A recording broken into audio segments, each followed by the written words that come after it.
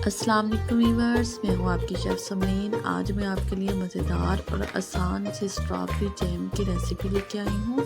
ये बन भी झटपट से जाती है और इसे बनाने के लिए हमें सिर्फ 2 अज़्ज़ा दरकार हैं।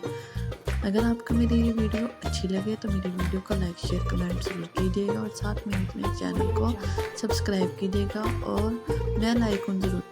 चलिए इस रेसिपी को बनाना स्टार्ट करते हैं। इसके लिए मैंने 1 केजी स्ट्रॉबेरी लेके उसको अच्छी तरह वॉश कर लिया है।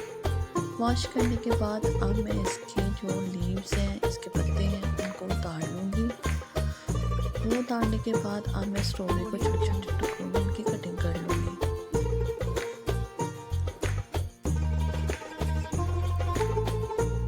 ये स्ट्रॉबेरी हमारी कट हो चुकी है। अब मैं इसके एक पैन में डालूँगी और साथ में मैंने 3 कप चीनी शामिल कर दी है।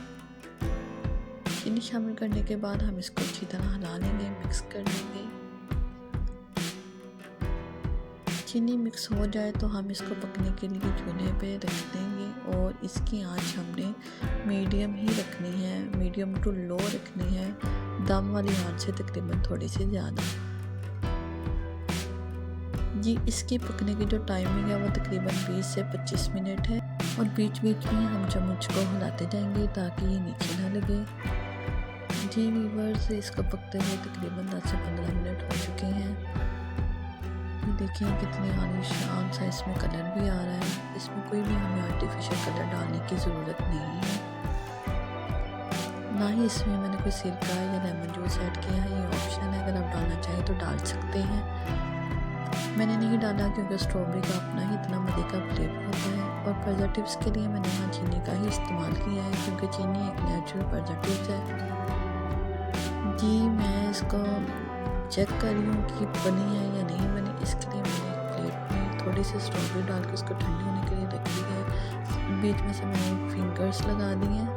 यहाँ पे दोनों फिंगर्स जब आपस में मैच नहीं होंगी तो इट्स मीन के बाद ये जो जैम है ये परफेक्ट बन के रेडी हो चुकी है। वीवर्स, 20 मिनट हो चुके हैं पकते हुए। हमारी मज़ेदार सी कलरफुल सी खट्टी मीठी सी जैम बन के रेडी हो चुकी है। इसको आप ज़रूर ट्राई कीजिएगा ब्रेकफास्ट में। ये ब्रेड के साथ, बटर के साथ बहुत ही मज़े की लगती है। देखिए माशाल्लाह से इसका अपना ही कलर ही कितना अच्छा है और इसका टेस्ट भी बहुत मज़े का है। ये परफेक्ट रेसिपी है।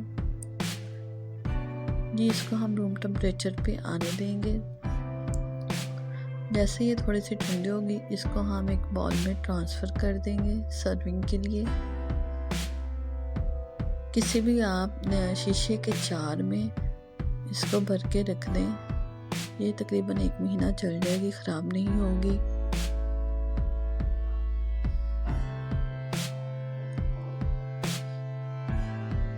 जी, हमने इसको एक बाउल में डाल दिया है। इसका टेक्सचर भी आप चेक कर सकते हैं, ये ईज़िली ब्रेड पे स्प्रेड हो जाती है। मेरी वीडियो अच्छी लगे तो इसे लाइक शेयर कमेंट ज़रूर कर दीजिएगा और मेरे चैनल को सब्सक्राइब कर दीजिएगा। मिलेंगे नई वीडियो के साथ इंशाल्लाह। तब तक के लिए अल्लाह हाफ़िज़।